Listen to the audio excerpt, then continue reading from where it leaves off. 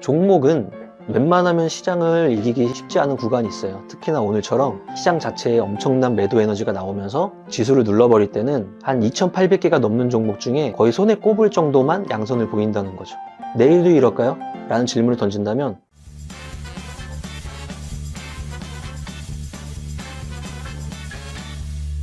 몽당님! 안녕하십니까? 네, 몽당님! 오랜만에 장마감에서 뵙네요.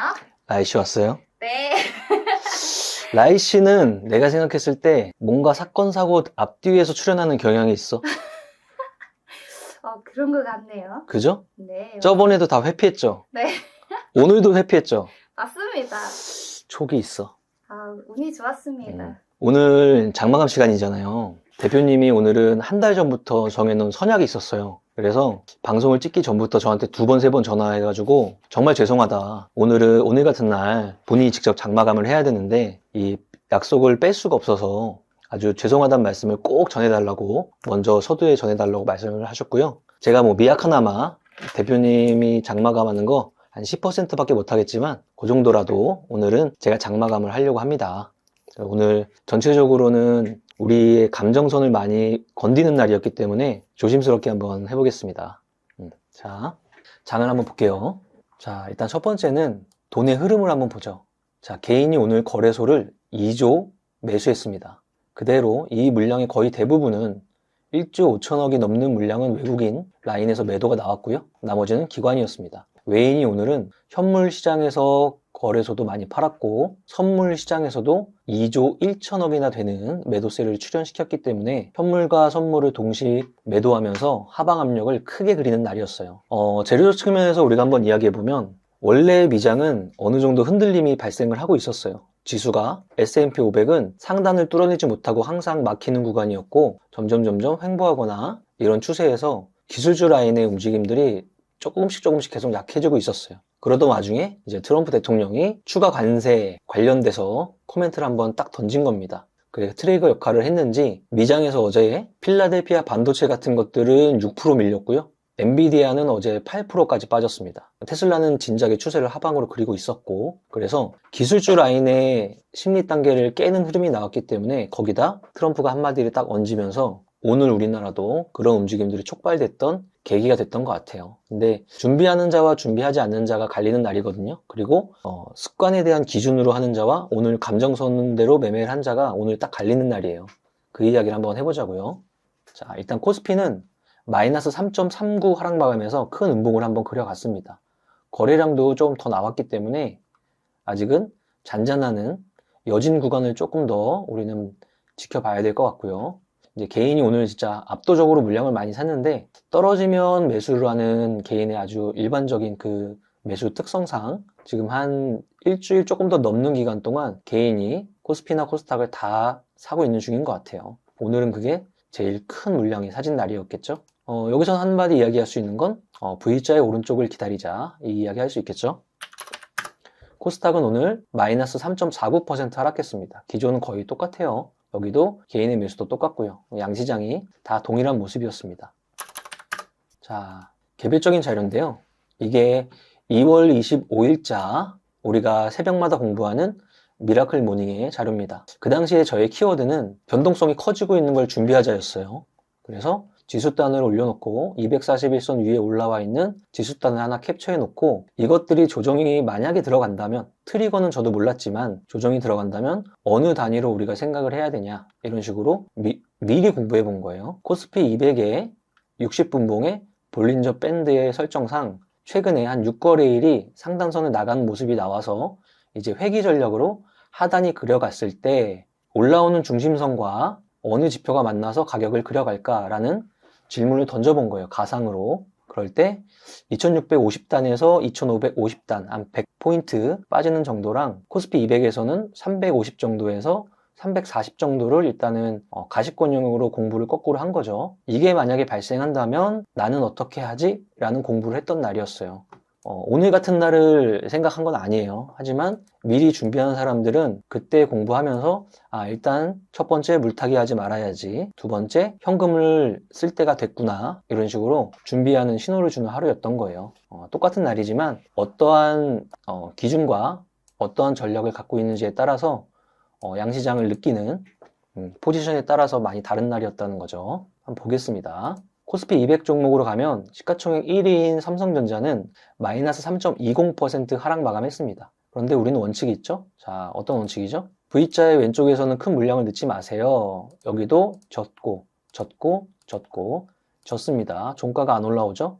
여기도 졌습니다. 오늘도 졌죠. 그럼 이거는 다 이어붙이면 여전히 V자 왼쪽이라는 소리입니다. V자의 오른쪽이 발생한 움직임이 나왔을 때 한 번 사고 또 다시 V자의 오른쪽이 종가를 못 이기고 안 나온다면 한 번의 매수로 끝나고 다시 나온다면 그때 당시에 다시 한 번 사주고 하면서 멀리서 보면 이렇게 출렁거리는 어딘가를 잘 대응해서 이번에 이런 조정세를 잘 이겨나가야겠죠?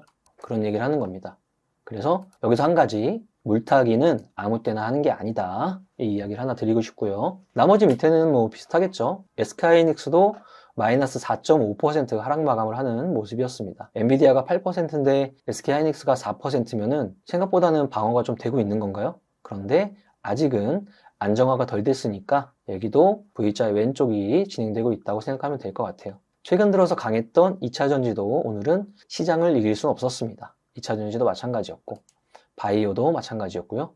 전반적인 시장이 다 이랬어요. 자동차도 마찬가지였고 업종을 구분하지 않고 시장 전체에 대한 방향성을 하방으로 그려갔고 그에 대한 포지션의 주인은 외국인이었다. 정리를 해볼까요? 자, 그럼 이런 날에도 코스피 200 중에 빨간불 킨 게 있었나요? 이수 스페셜티 케미칼이 2.4% 마감했네요. 그렇죠?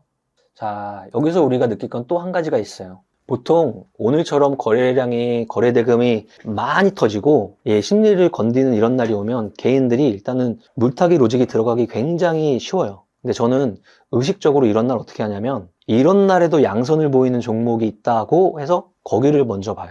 이게 무슨 말이냐면 모든 업종 거의 대부분의 종목이 매도세를 출현하면서 하방 압력을 크게 그려갈 텐데 양선을 보이거나 정말 안 떨어지는 종목이 있으면 그런 매도의 압력을 누군가 매수가 이겼다는 거잖아요. 그 뜻이. 그래서 보통 이런 날이 되면 저는 이런 날에도 강한 종목을 사요. 뚝뚝 떨어지고 있는 종목을 물타지 않고. 그럼 오늘의 신규 만약에 또 다른 시기에 이런 급락이 나왔을 때 그거 한번 생각해 보세요. 급락 나와서 내가 보유하고 있는 물량을 지금부터 계속 물타고 있는 첫 번째 방법과 나는 현금이 있긴 한데 여기에 물타는 거는 현재 안정화가 안 됐으니까 타이밍이 아니야. 그래서 이런 날에도 강한 종목은 장이 뒤집어지면 더 강하게 움직일 수가 있어 해서 현금을 이쪽에 쓰는 거. 요걸 한번 고민해 보세요. 다 1%대 0. 몇 %대니까 조용했습니다. 뭐 이수 스페셜티 케미칼이라든지 그 다음에 뭐 코스맥스나 한국콜마 그 다음에 철강주 그 다음에 하나오션 이런 종목이 방금 설명한 그런 축에 속하는 종목들이었어요. 많이 떨어진 건 최근에 강했던 하방 압력도 오래도록 그려갔던 2차전지나 포스코 그룹 라인들 이런 것들이 섞여 있겠죠. 그 다음에 대금 보겠습니다. 하방으로 삼성전자가 대금 1등, 하이닉스도 2등, 세 번째가 하나오션이에요. 0.41% 양선 마감을 일단 했네요. 여기서도 한 가지 키워드가 생깁니다. 여타 다른 조선주가 다 조정이 들어가고 있는 상황이에요. 그쵸? 순환매가 좀 돌고 있거든요. HD현대중공업이 빠지고 미포조선, 조선해양이 빠지고 삼성중공업이 조금 올라오고 그동안에도 하나오션은 좀 강했고 이게 전반적인 조선주의 특징인데 조선주의 전반적인 이 재료적 측면에 스케줄이 하나 잡혀 있어요. 그게 3월 거의 마지막 주쯤 될 거예요. 한 가지는 미국의 국방부 장관이 아시아를 순방하면서 이제 각 나라들을 돌아다니는 거죠. 우리한테 코멘트를 했을 때 조선 산업에 대한 코멘트가 나올 확률이 굉장히 높다. 아니면 조선사를 방문할 스케줄도 있을 수 있다. 이런 내용도 하나. 두 번째는 최근에 부각받고 있는 중국 선사라든지 중국에서 만들어낸 배, 그 배로 운행을 하고 있는 선사들이 미국 항구에 들어왔을 때 수수료를 매길 거야. 이것들을 지금 확정 지을지 말지에 대한 공청회 같은 일정들이 잡혀 있어요. 그런데 방금 말한 첫 번째 재료와 두 번째 재료가 일정이 거의 겹쳐 있어요. 그게 3월 중순 이후에 거의 말에 겹쳐 있습니다. 그쵸? 이런 거 한번 생각하면서 조선주는 스케줄을 생각해 보면 될 것 같아요. 그 다음 레인보우 로보틱스 오늘 12% 빠졌습니다. 그동안에 굉장히 강한 모습이었어요. 왜냐면 작은 박스권 영역에서 조정이 있고 여기처럼 노란색이 벌써 검은색이 편먹으면서 약해지고 있는 걸 여기서부터 알려줬거든요. 하나, 둘, 셋, 넷 다 5거래일 전부터. 그럼에도 불구하고 박스권의 안에서 움직이는 모습을 보여줬는데 오늘부터 위쪽 상단의 박스권을 이탈했습니다. 보통 이럴 때는 합리적인 생각을 하자면 첫 번째, 내가 100주를 갖고 있으면 아주 일부를 익절한다. 그렇죠? 근데 이거랑 반대에 있는 게 오늘부터 더 산다. 이게 물타기라는 거죠. 1번의 사고와 2번의 사고는 언제든지 우리 개인들한테 어떤 결정을 할래? 그래 결심해서 이렇게 결정의 순간을 주게 하는데요. 합리적인 판단을 위주로 하시는 분들은 1번 쪽에, 심리적인 판단을 위주로 하시는 분들은 2번 쪽에 포지션을 취할 확률이 높습니다. 그러면 이번에 레인보우 로보틱스가 얼마만큼의 시간과 가격 조정을 잘 거쳐서 다시 힘을 낼 수 있는지, 만약에 오늘 1번에 선택을 한 사람과 2번에 선택을 한 사람이 어느 기간 동안에 그런 생각을 할 수 있을지 한번 체크해 보시기 바랍니다. 또 다른 시기에 비슷한 종목의 흐름과 비슷한 시기의 조정을 우리는 다시 한번 경험할 수 있기 때문에 오늘을 교훈 삼아서 한번 체크를 해보자고요. 한화 에어로스페이스도 이틀 동안 방산주가 떨어지고 오늘까지 한번 더 떨어졌습니다. 슬로우해지고 있죠. 양매도가 나가고 있어요. 방산주도 오늘 생각 안 했더라도 수급 상황을 보면 벌써 이틀 전부터 수급이 조금씩 깨지기 시작하는 그런 형국이었습니다. 슬로우해지고 있는 모습. 그 다음 두산 에너빌리티 마찬가지죠. 양매도 나가면서 슬로우해지고 있죠. 네이버 똑같습니다. 어제는 카카오랑 로봉숏, 오늘은 시장 전반적인 흐름, 이렇게 갈리겠네요. 에코프로비엠도 2차전지 관련주에서 오랫동안 떨어지고 구름대와 1년선을 돌파를 어떻게 할까 이렇게 움직이던 종목인데 시장한테 졌습니다. 종목은 웬만하면 시장을 이기기 쉽지 않은 구간이 있어요. 특히나 오늘처럼 시장 자체에 엄청난 매도 에너지가 나오면서 지수를 눌러버릴 때는 한 2,800개가 넘는 종목 중에 거의 손에 꼽을 정도만 양선을 보인다는 거죠. 거기를 선택하느냐 아니면 많이 떨어졌다는 이유 때문에 거기에 오늘 코스피의 2조 원, 코스닥의 4천억, 2조 4천억을 그런 쪽에 선택하느냐. 삼성중공업도 오늘은 7%, 엔지니어링 8%, 카카오 덜 떨어진 축에 속하겠네요. 2.9% 이런 모습들이었습니다. 탑30도 살짝만 볼게요. 자, 오늘은 여러 가지가 움직였지만 메이저 시장 자체의 지수나 업종이나 주도주나 성장주나 이런 쪽의 압박이 워낙에 강했기 때문에 오늘의 탑30에 들어간 종목들은 거의 다 개별이라고 생각하시면 됩니다. 무리군을 지금 형성하고 있는 건 4x4가 상한가 같네요. 퓨리오사 AI라는 스타트업을 메타라는 글로벌 기업이 인수를 할 수도 있어 라는 이야기가 이 앞쪽에서 나왔는데요.